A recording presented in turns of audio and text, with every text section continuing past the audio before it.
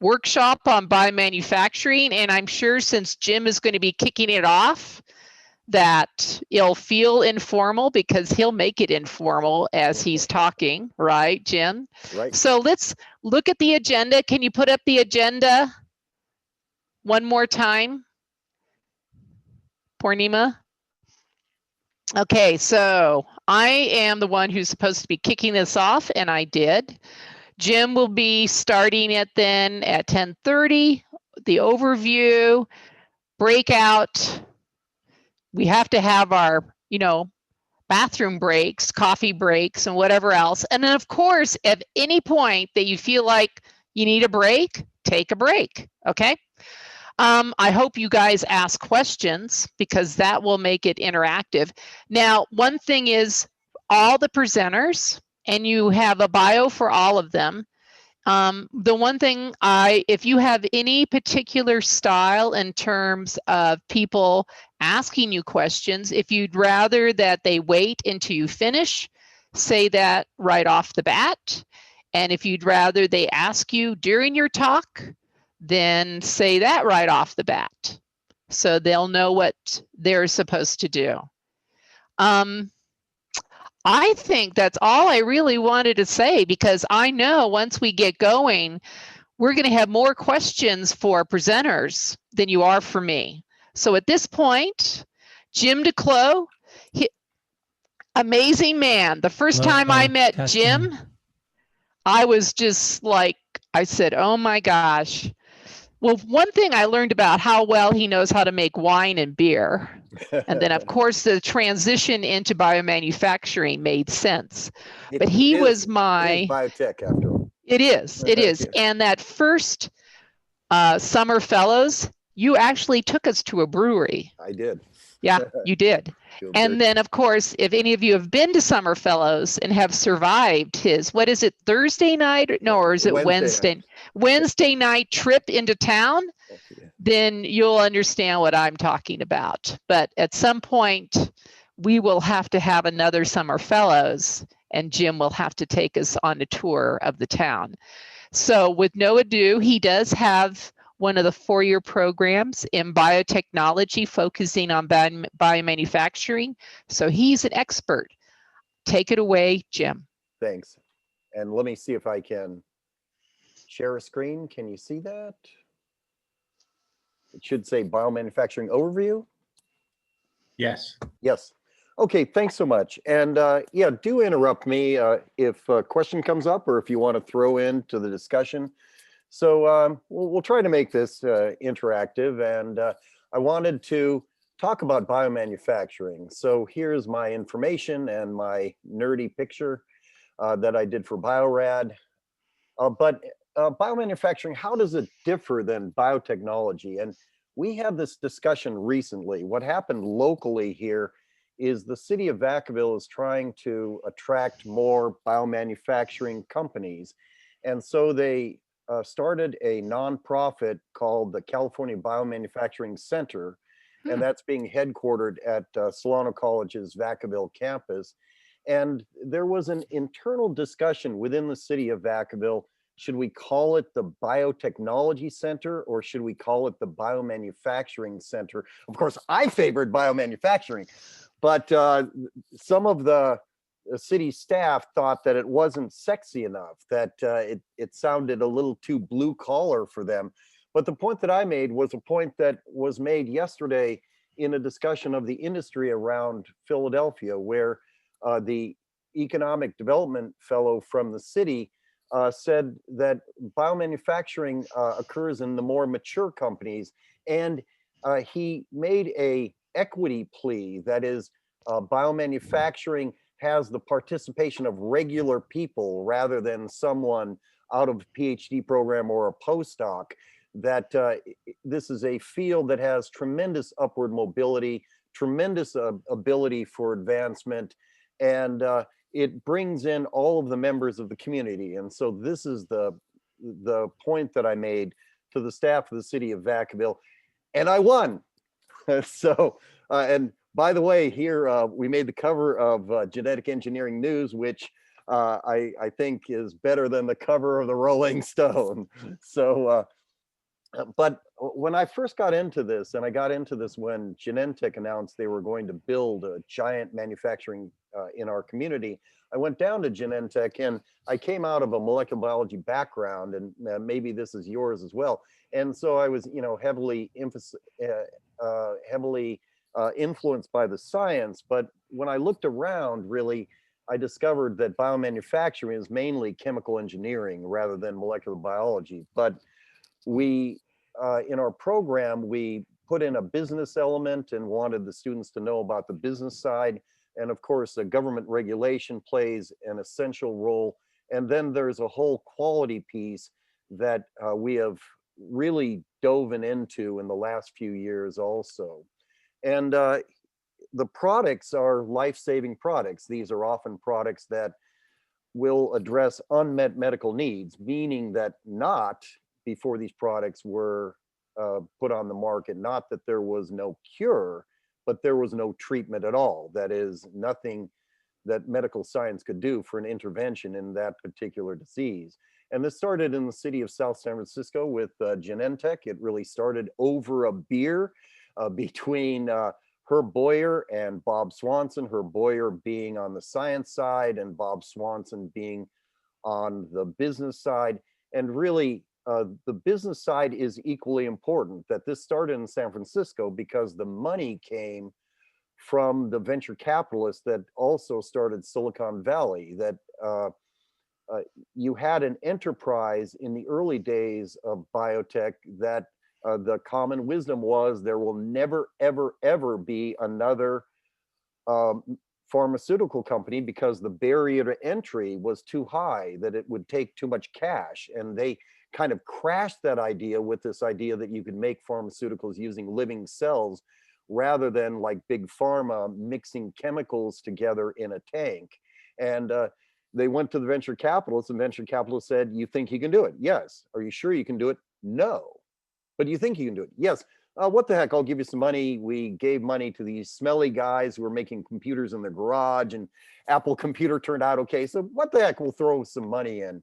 And so the idea here is to, it is manufacturing. It's manufacturing. It's making medicines now, but in the future, making other products, non-pharmaceutical products, using cells as the biological factories, growing the cells up. And really, this is alchemy. You take sugar and salt, and the alchemist wanted to convert lead into gold. This takes sugar and salt, and it converts those sugar and salt components into biological into proteins that might be worth 200,000 times their weight in gold. These are ultra valuable molecules, and there's a lot of money to be made in there. So here's how we got started. Genentech Vacaville across the street from our campus, and this is the largest multi-use cell culture facility in the world. And this building that I'm showing you makes more money per year than Disneyland and Disney World combined. This makes more money per year than the entire dairy enterprise in the state of Wisconsin. This makes more money than the NFL. This makes more money. I could go on and on, but the point is that in pharmaceuticals, there's a lot of money to be made, and also a lot of public good, because these are molecules that will benefit patients and save lives. And so let me just run through some slides. This is from Genentech, what they call the art of biomanufacturing. So they backlit them and they made artistic, but you can imagine the amount of engineering that goes into all of this plumbing. Here is what a bioreactor looks like for Genentech Vacaville. They have 12,000 liter bioreactors. These are about the volume of the tanker truck that brings gasoline from the refinery to your local gas station. They're 3 stories tall, and they have 8 tanks that are double that size at 25,000 liters.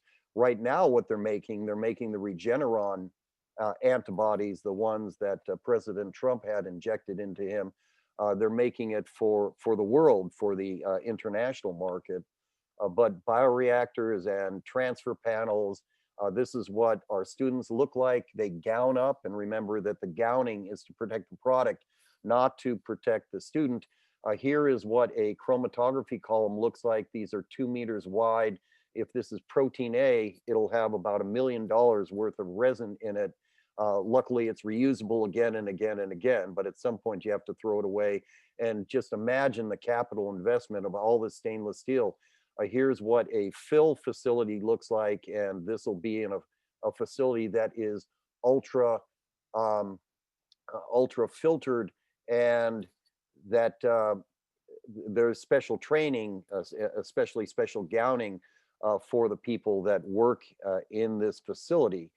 So let's go and talk about the operations. And the operations are heavily regulated by the FDA, and all of your unit operations must be maintained in a state of control.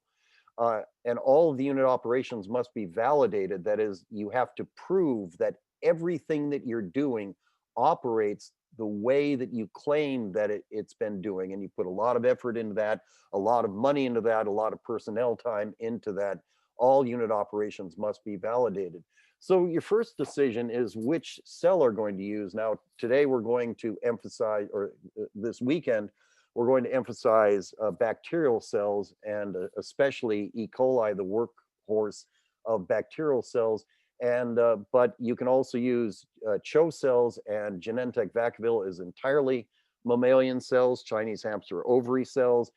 You can also use yeast. Insect cells are coming into their own, especially with their use in generation of gene therapy vectors, adeno-associated virus. Filamentous fungi are being used, especially in the food side. And of course, you can use human cells, especially to produce lentivirus for cell therapy. And each of these has their advantages and disadvantages. So E. coli grows fast, you can get it done in a day. CHO cells, you're in for a couple of weeks. They grow slowly, they use expensive medicine, but it depends on your protein. Some proteins, if they're large and they're complex, E. coli can't fold them. And as you tell your students, the function of a protein has to do with the three-dimensional structure. If it doesn't fold properly, you might as well not make it. And so if your E. coli can't fold the proteins properly, you are going to move to CHO cells. If your proteins require glycosylation, if they require carbohydrates to be covalently bonded to them, you are again stuck with CHO cells. So there are slang terms. Upstream is the growth of the cells, and downstream is the recovery and purification of the protein. So E. coli is less difficult upstream, but more difficult downstream. Mammalian cells are more difficult upstream, and 75% of the cost of your run is likely going to be in your medium, but they're less difficult downstream. And especially CHO cells secrete, typically are genetically engineered to secrete the protein that they make. And then when you get rid of the cells and take the harvested cell culture fluid, you have an additional isolation step, an additional purification step sort of built in right away. So let's take a look at it. You start with seed train and a cell bank, and you grow those cells under small scale, and then cell culture growing in larger and larger and larger bioreactors. And then you separate the cells from the media. If you've genetically engineered the cells to retain the protein internally, you keep the cells and throw the media away. Again, for CHO cells, typically you've genetically engineered those to secrete. And so you throw the cells away and you keep the harvested cell culture fluid, the medium, and then move it down to downstream purification. That's usually a series of filtration steps, and also multiple chromatography steps, 3 to 5 chromatography steps. You have to get your protein 99.99% pure. And then you move on to formulate it, that is separate surround the protein with the right buffer, which is ready to be injected into a patient. And remember, all proteins are parenteral. All proteins are injectable. You can't have a protein pill because the minute that the protein hit the stomach, it would unfold, and then you have the most expensive protein source you've ever had, and then you sterilely fill it in a vial, and then you cap it, put the closure on, label it, package it, and then send it out. This scheme is sometimes called vial to vial because you start with a vial of cells and you end up with a vial of drugs, or sometimes it's called dock to dock because you start with raw materials on a loading dock and you end with the final product on a loading dock. And so this is the scheme. And all along, quality, which is a separate department, it has to be independent of manufacturing. It takes samples all along and tests them to make sure that everything is in a state of control. You keep paperwork under strict good manufacturing practices, good documentation practices, and then in the end, you're going to burn some of those vials. You're going to take them and destroy them by performing somewhere around, well, many hundreds of tests on them to show that your protein is your protein, to show that your protein is pure and there's nothing else in it, especially no bacteria, because again, these are going to go directly into the bloodstream. Now, the working cell bank comes from the master cell bank. When you start manufacturing, especially with mammalian cells, you take one clone and your gene of interest is incorporated into the genome. What that means is every time that you have transfected a cell, you've made a different clone. The gene has gone into a different part of the genome, and then you've screened those multiple cells during the research part for the cell that grows the best, that the insertion of the gene hasn't messed up the cell growth pattern, and that expresses the best. And from that one cell, you make a master cell bank, and that is going to exist for the entire life of the product. That is the cell that you take, the product that produces the product that you take through clinical manufacturing, and that is the cell that you are going to use for the entire life of the product. Now, you're going to take some of that master cell bank and make a working cell bank, and from your working cell bank, you are going to generate the cells for production. And all of these have to be tested. And the master cell bank in the past was 1 ml. Genentech has moved to a 5 ml sample, but from there you step it up, step it up, step it up, step it up. And again, the working cell bank is ultimately going to go into a bioreactor that's 25,000 liters. That's going to have about 1,000 times the number of cells in it. Then Jim, could I jump in and ask you a question? Sure. I'm breaking the ice. So oh, good. I was on a roll. I know. I'm just curious, how many vials do they set up for the master cell bank? Because to me, how do they determine that? And how many vials do they set up? Good. So hundreds, on the order of 400, and then your working cell bank is on the order of thousands. Okay. So you have to freeze them in separate areas. You don't want to put all your cells in one basket. Right. And here you don't want to put all your cells on one fault line. So yes. Now, again, Linnea, you talked about beer. Now, when you brew, what you can do is you can take the yeast at the end of your production, end of your brewing, and you can use that yeast on your next batch. And then you can use that yeast on your next batch, and you can use that yeast on your next batch, and you can use that yeast on your next batch. But you don't do that indefinitely, because your yeast is going to evolve, right? What we're doing is we're using cells to make products for us, but the cell's interest is only partially aligned with our interest. We want the cells to make product. The cells want to make other cells. So yeast cells in brewing want to make other yeast cells. We want them to make beer. And so you have this selection, evolution, a true evolution, right? A change in a population over many generations rather than a change in an individual cell.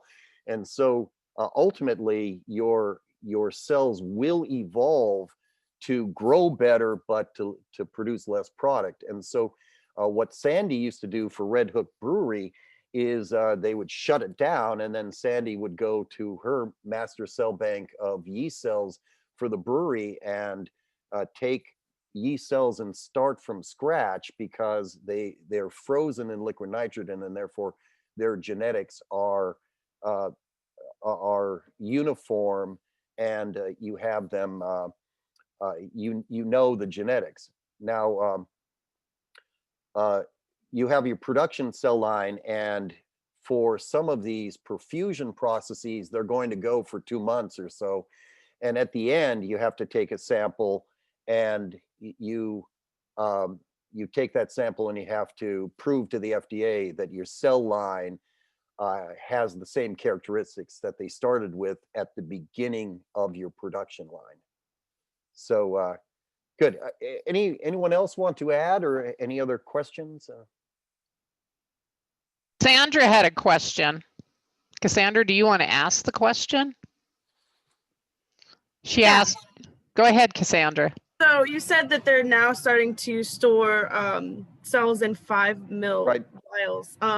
Do you do that at the same cell concentration of Yes. 1 million cells per mil, or Correct. just a total? Yeah, that's correct. So the same concentration. Okay. And that way you can inoculate your early bioreactor with more cells and Right. get them started early. Yeah. Really cool. Good. And you're going to have to test this for your cell bank. Now, here's upstream, and again, you're going to start the working cell bank, and it's 1 or 5 mLs, and then you're going to get them started. Now, since we're talking about bacterial cells this week, or for the next few days, you do start them with shaker flasks. Mammalian cells, you're going to start maybe with small bioreactors, disposable bioreactors. You likely are going, or in the past, you started them with spinner flasks, and then you get them going, divide, and you want to move them into a bioreactor as soon as possible, because you have relatively little control in a shaker flask. You never know what the pH quite is. Although this is changing, because they're coming up with disposable microprobes that you can put in your shaker flasks. But then once you get into the bioreactor, you can control all the parameters. You can control pH, control dissolved oxygen. You can monitor the cell concentration, and you can control the temperature more precisely. And then you fill it up with media, and it divides, filled it to a larger bioreactor, dilute it, it divides, larger bioreactor, dilute it, it divides. Now, you're going to have some sort of induction system here. You have cloned your gene of interest behind a promoter. Maybe it's the lactoperon promoter. Maybe it's a Rabanose for Genentech. For E. coli, it's usually a promoter that responds to concentrations of phosphorus. And what you do is you put in phosphate in a limited amount, and when the phosphate starts to run low, then it induces.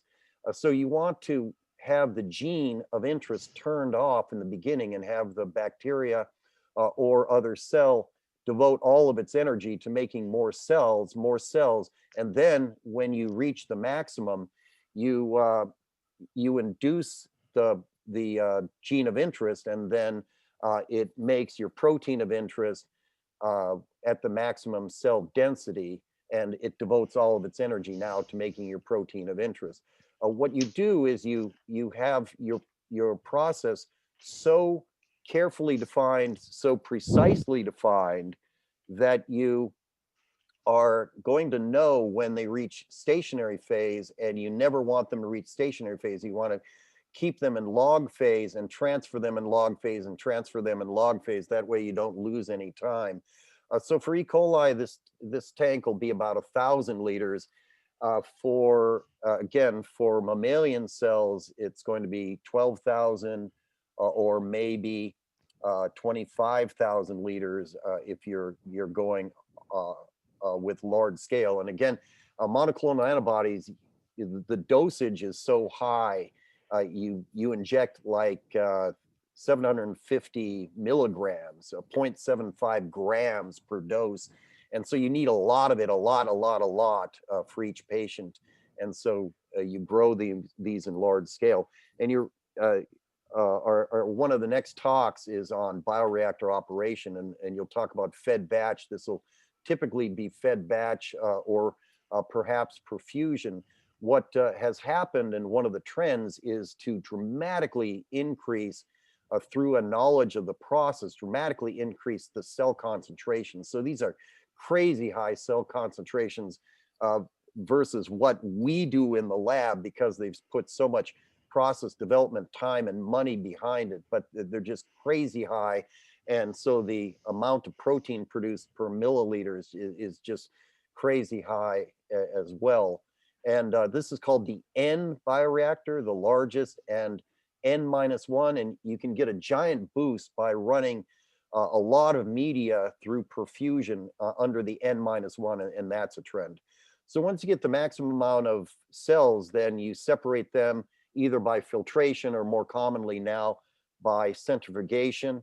And again, you'll break them open if the protein is intracellular, and you are going to throw away the cells and keep the media if you have mammalian cells. And again, you're going to monitor all the way along, monitor. And a point I always make to students is when you're in biomanufacturing, you're producing two things. You're producing your product, but you're also producing data. And the data is as important as the product, because you're going to use the data for traceability in case something goes wrong.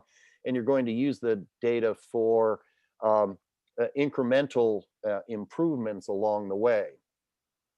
And so here's a pet peeve of mine I'd like to share, and I'll open up for discussion.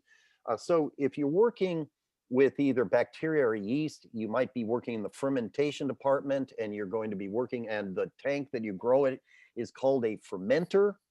And but fermentation never occurs. That is, your main goal is to keep these cells making ATP by cellular respiration and not by fermentation. They should never be grown anaerobically. They should always have as much oxygen as it takes to keep them growing aerobically. But fermentation in this case is a slang term, or it's a historical term that comes out of industrial fermentation, but it is technically incorrect. The single most important design consideration for a bioreactor is oxygen delivery. So you have fermentation, meaning growing yeast cells or growing bacterial cells, versus cell culture, meaning growing animal cells, growing mammalian cells. But of course, the yeast and bacteria are cells, so that's cell culture. And you don't really use a fermenter, you use a bioreactor in both cases, but you have this. And by the way, I use the spelling fermentor for the tank that grows them, although ER is equally accepted. But in brewing, we use fermentor as the tank and fermenter as the organism that is doing the fermenting. And so anyone have something to add here, or any comment? Yeah, questions? Any questions for the group?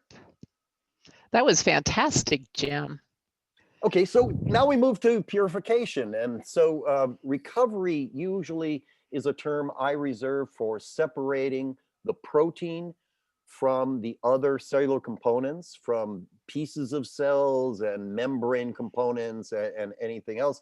And then purification I use as a, to talk about separating your protein of interest from other proteins. And so you're going to have probably a depth filter, and then you're going to go through 3 to 5 different chromatography steps.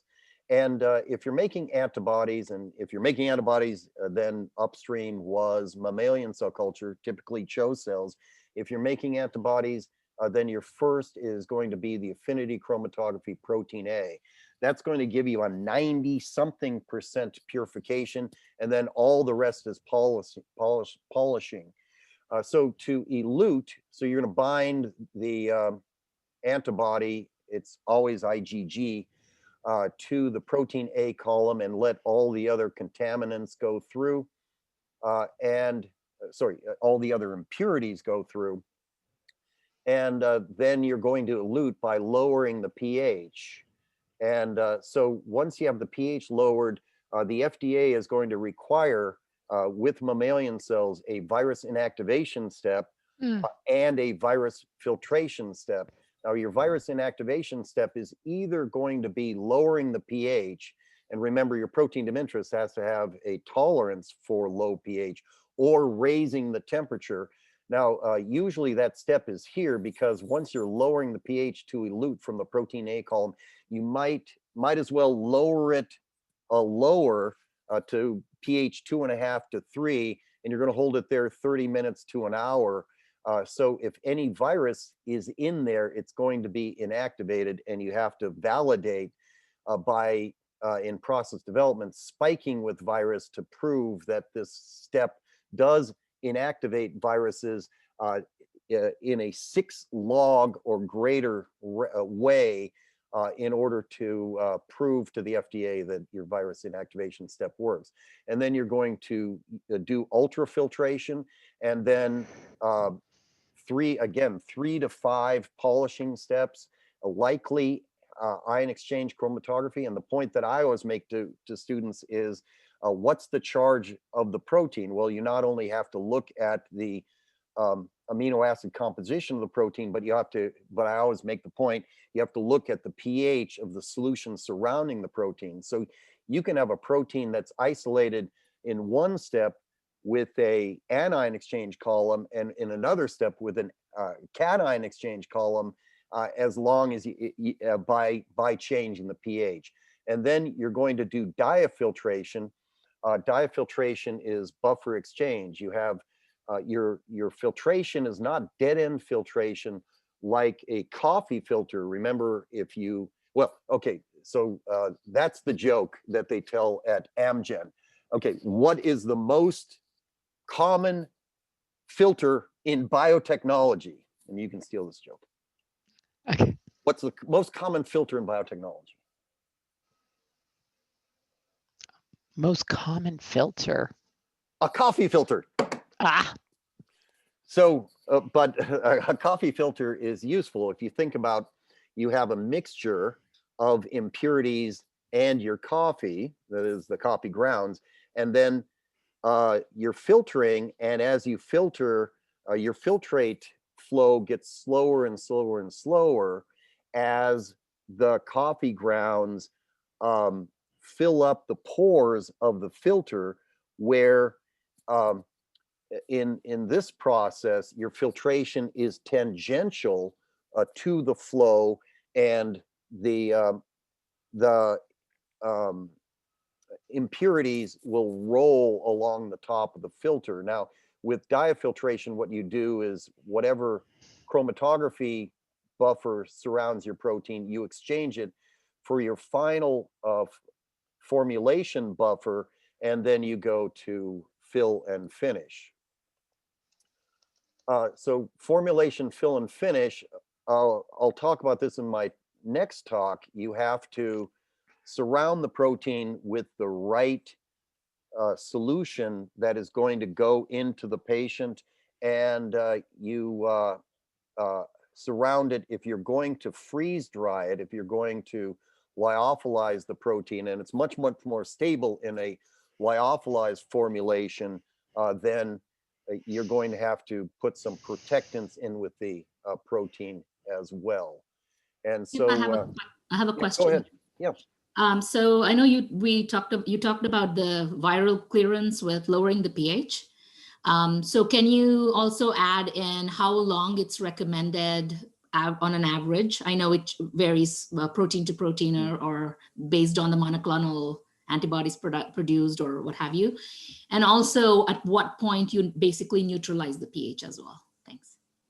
Right, you're good. Okay, and you're exactly right. It varies product. Your process development is going to put a lot of effort into this. A lot. You're going to neutralize it right here. So you're going to neutralize it right away. And yeah, so you're going to hold it here for a half hour to an hour. So Jim, I didn't know that IgG withstood lowering the pH for that long. They didn't have to modify it then or anything. Right. So okay. Anyway. Yeah, up to an hour. They're up to a maximum of an hour. Half an hour, they're pretty resilient. Yeah. So good. So sterile fill and freeze drying. And again, if your product is lyophilized, it is much more stable, has a longer shelf life. Physicians don't like lyophilized because it adds an extra step of injecting in the purified water and mixing and then taking it out. But one point that I wanted to make is there's a lot of effort going into labeling, and a lot of GMP goes into labeling. And when I first started reading GMP, I thought that must be pretty trivial, a trivial thing, but it is not. The number one reason for a drug recall is mislabeled, and you can imagine that's a disaster if you have a label for a drug that lowers blood pressure on a drug that raises blood pressure. That's a disaster. And what I always tell students is, yes, if you have a mislabel on oral contraceptives that aren't oral contraceptives, that could be a problem too, or vice versa. But in the end, you are going to take the drug product and test it, and you're going to test it for sterility, especially. You're going to incubate a sample of it in sterile media for 2 weeks, and all of those had better come up sterile. You're going to test it for endotoxin with Limulus amoebocyte lysate. You're going to test the concentration.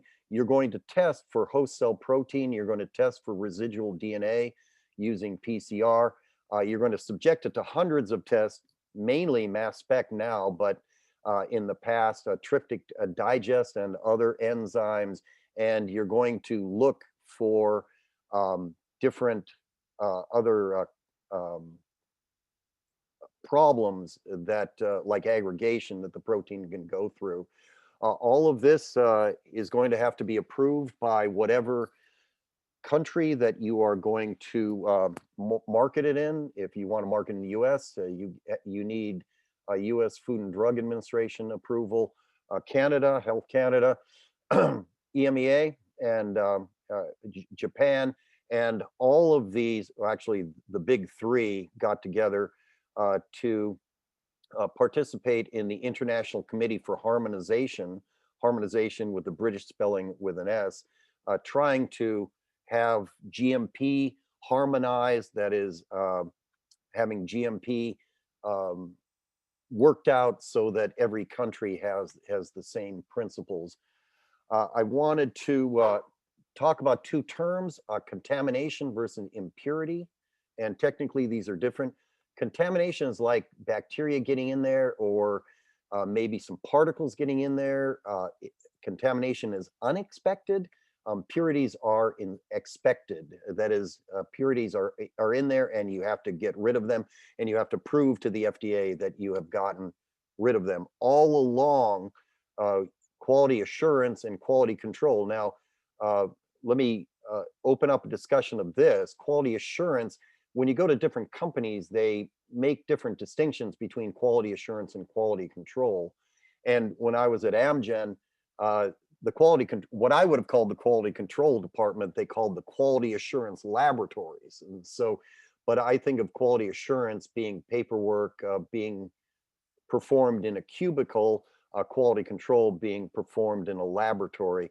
I think of quality assurance as setting up the system so that you assure that there will be no problems in the manufacturing and quality control taking this particular product and proving that, yes, all of your quality systems operated the way that they were supposed to operate, and there is no problem with this particular system.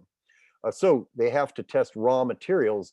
When salt comes in and it's from a vendor that's been making salt for 100 years, and the vendor has a spec sheet that shows that it's pure, every biotech company has to take the salt and prove that the salt is salt. Along the way, you're going to pull samples out of your bioreactor and make sure things are going well. You're going to prove that your water is pure and all of your utilities are operating. You're going to go into every room and monitor the number of particles per cubic foot in the air. You're going to swab to make sure that there aren't any bacteria. You're going to go through, you pull air through a filter and then take that filter and put it on a petri dish and incubate it to see how many colony forming units there are per unit volume of air. And again, you're going to subject the final protein product to hundreds and hundreds of tests. Now, here's something you should be aware of. The FDA has embraced quality by design, and then there are a million acronyms under QBD. Critical quality attributes, critical process parameters, process analytical technology, and under quality by design is design of experiments. That's the way that you optimize your process. It's very different than the way that we designed experiments in graduate school. Again, along the way, every process has to be validated, has to be proven to do what you claim that it's doing, and overarching all of this, you're going to have a pharmaceutical quality system, and your QA and QC and validation is under your quality department, which by law must operate independently from manufacturing. Good manufacturing practice is, I pulled this right out of the Code of Federal Regulations, and it covers everything. If you don't manufacture your product using good manufacturing practice, the product is adulterated. The product may be fine, but if you haven't carried out good manufacturing practice, you have to throw the product away. Even though you can't test in quality, you can't at the end put it through all the quality control tests and say, yes, it's fine. You have to prove it along the way. It has to be, pharmaceutical products have to be carried out under good manufacturing practice. Jim, Yeah, I know go ahead. I seem to be asking lots of questions. great. I'm taking this opportunity. So one thing I noticed, I was reading some excerpts from the FDA. They're now paying attention to supply chain. And I'm kind of curious if you know anything about Genentech or Amgen's, as a result of COVID, asking their suppliers that they have to have a plan to maintain the supply chain when disasters occur, like the pandemic. Good. It is a disaster because a lot of companies have gone to single use, that is plastic disposable bioreactors, and those are back ordered 5 months. And so if you don't have a big stock of that, you're, what's the technical term? Screwed. So we just bought a GE Rocker bioreactor. We have no bags. We can't use it because they're back ordered 5 months. So anyway, this is my last slide, but anything else come up? Can I jump in? Yeah. Because we had the exact same problem and it took us 5 months as well. Yeah, so anyway, and that's the interesting thing about the advantages and disadvantages of transfer to single use, because what you've done as a company is you have moved a lot of the responsibility onto the vendor. Now that's good because you have moved the sterilization validation onto the vendor, and so you've saved that, but now you've given up a lot of your control and you're at the mercy of the vendor. And that comes up right here. So trends in the biomanufacturing, there's tremendous growth in the biomanufacturing field. Here in San Francisco Bay, biomanufacturing is increasing by 11% per year.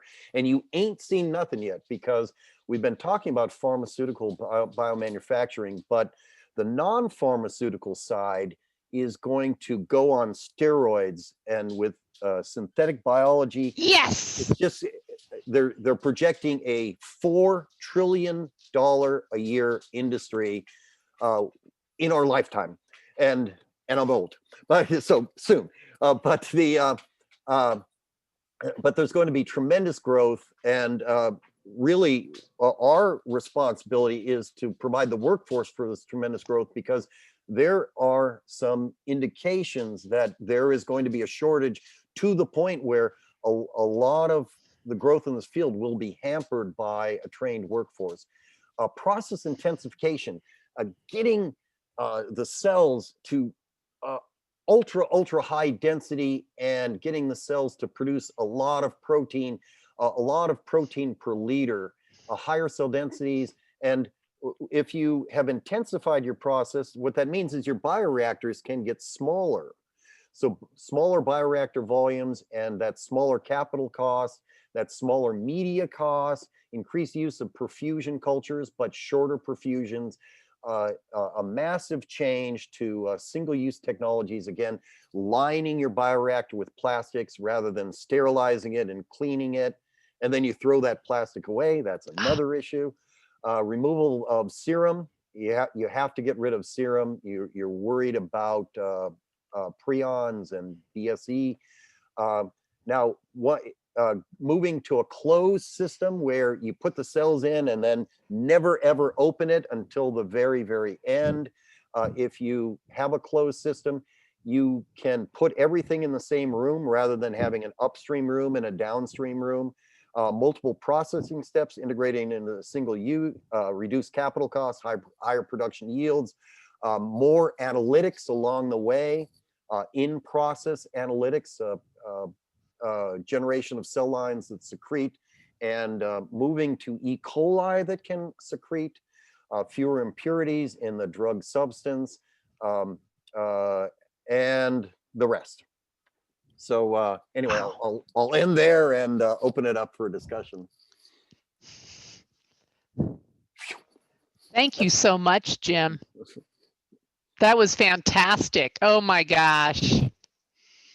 This is great. Now, come on, guys. You have questions? Anything you want to talk about? This is the source. Yes. For the endotoxin testing, do they use other methods besides LAL? Not as far as I know. And so it's just LAL is so good. The original way that they did it, and it's still formally the standard, is to inject into bunnies and then take their temperature. But LAL, I've been told, although I haven't confirmed this, that they're now making the lysate using recombinant proteins and, thank God. Cutting out the horseshoe crabs. But I felt sorry for those horseshoe crabs getting harvested every year. Yeah, sustainably harvested, but yeah. But still. Yeah. Say, Jim, as we move towards single use, more so than large stainless, are companies looking at materials that might prove a little more earth friendly, if you will, or sustainable? The short answer is no. So awesome. Thanks, Jim. Yeah, no, that yes. So the short answer is no. So you have a bag, and the disadvantage of single use has been that you're constrained in the volume. And so until recently, the largest single use you could get was 2,000 liters. Yesterday, I saw that Thermo Fisher had come up with a 5,000 liter bag. So you can go up to 5,000 liters for single use. But the plastic has 3 different layers. There's a different layer that is in contact with the cells, then the plastic type that is on the outside, and then there is one in between that binds the two. There's a major consideration of leachables and extractables. you have to have essentially a food grade plastic in contact with your cells so that nothing from the plastic gets into your cells. Because there are 3 layers of plastic, you can't recycle it because the plastics would be, the 3 types would be recycled differently. And so really it ends up in the landfill unless you're on the East Coast and you can incinerate garbage and maybe extract some of the energy through co-production. But it's going to be thrown away. But the environmental argument is, yes, that seems wasteful, but if you have a stainless steel, traditional, permanently plumbed bioreactor, you have to clean it with clean in place, and there's tons of chemicals, and all of those are going to go into the environment. And then you steam it with clean steam, and it takes so much energy to produce that clean steam that there's a giant carbon footprint with all of that energy consumption to produce the clean steam. And so the argument is that the single use actually has a lower carbon footprint because you're saving all of that cleaning and all of that steam production for sterilization. And that's the argument. I'll let you judge it critically, but that's the argument.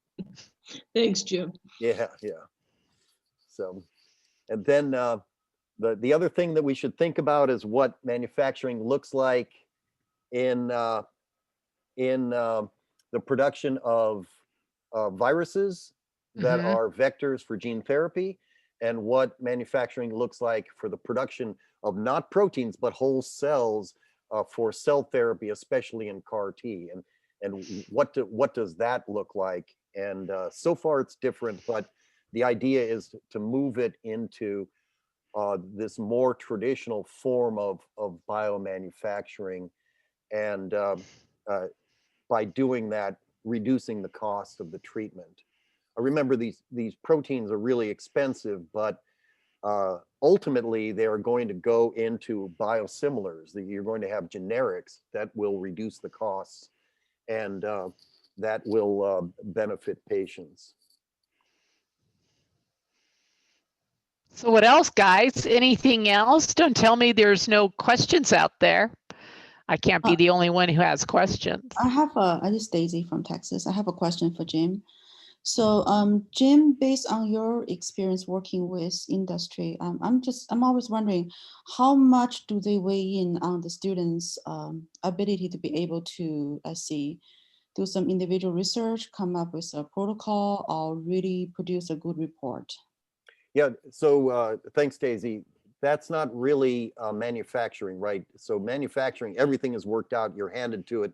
You have to follow the standard operating procedures exactly. There is no, there's no latitude for that. But what I always thought was that the students that have this background, and so I've condensed my entire semester into 45 minutes for you, but the students that have this background have better job satisfaction, they can troubleshoot better, and the like. Now, having said that, what happens at Genentech in South San Francisco is someone who's a star in manufacturing will often be grabbed by process development, and they will do that sort of experimentation and varying of it. But if you're a manufacturing technician, you know, again, this is very, very different than research. You are tightly scripted by the SOP and filling out the batch record along the way. So based on your answer, can I say that that shouldn't be the focus of the program if we have if you have biomanufacturing, that's not the focus of the program. All right. That's important to know. Yes, so all of that is done before the product goes to market. Before the product even goes into preclinical, you will have process development. And that's the thing that always strikes me about Genentech. People brag about the research of Genentech, but that isn't, to me, where they're the star. They're star in process development. When I was down there, an academic would come in and talk about their cell culture process, and then the person next to me would whisper to me, yeah, I'd like to tell them, but we had 10-fold greater cell densities 10 years ago, but I can't tell them that because it's proprietary. I mean, just the number of cells that they get per milliliter is insane. The amount of protein they get per milliliter is insane. They isolate something like 96% of the protein that the cells produce end up in the vial. So the losses are just, the yields are insane, and all of it's just crazy stuff. So that one of those tanks, a 12,000 liter tank, is going to end up with 10 kilograms of protein, something like that. So imagine what 10 kilograms of protein looks like. And then they have tanks that are twice that big. And so that's it. Yeah.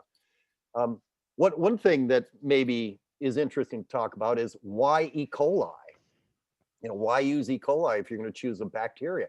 And that's not the bacteria I would have used, but it's historical. That's the bacteria that we knew most about when the field was being spawned in the 70s, but it's not an especially good cell. It's a gram-negative cell. Gram-negative cells have an outer membrane. The outer membrane is has endotoxin, or a potential endotoxin. It has lipopolysaccharides. So I would have chosen Bacillus subtilis, but they didn't ask me. and no one has thought, oh, well, it would take so much to change over because everything's been approved for E. coli. Correct. And the same with CHO cells. CHO cells had this selective system, and CHO cells Genentech used to produce TPA, the first protein that was approved by the FDA in mammalian cells. And if you think about it, the FDA was pretty uncomfortable with you producing a protein in a cell line. That cell line is cancerous, right? So what if an oncogene ends up in the product, and so Genentech had to prove that they could do it, and they did it with CHO cells. And once Genentech got the FDA comfortable with CHO cells, everyone else fell in line and went to CHO cells. But it may not be the best cell. There are better cells out there. It's just, and that's a point that I make to students, that many of the decisions you make in biomanufacturing, unlike research, many of the decisions you make in biomanufacturing are made for a regulatory reason and not a scientific reason. And I'll give you one example. For E. coli, when we grow up E. coli in the lab, we have a system where we put in ampicillin, and we have a plasmid that is maintained because it has an ampicillin resistance gene carried on the plasmid. But you would never, ever use ampicillin in industry or any penicillin derivative because the concern of the FDA is ampicillin allergies, and it puts you in this entirely new and more restrictive category of regulation. So you just never use it, and that's a decision that would be made by a regulatory consideration rather than a scientific consideration, and that's kind of one example. Interesting.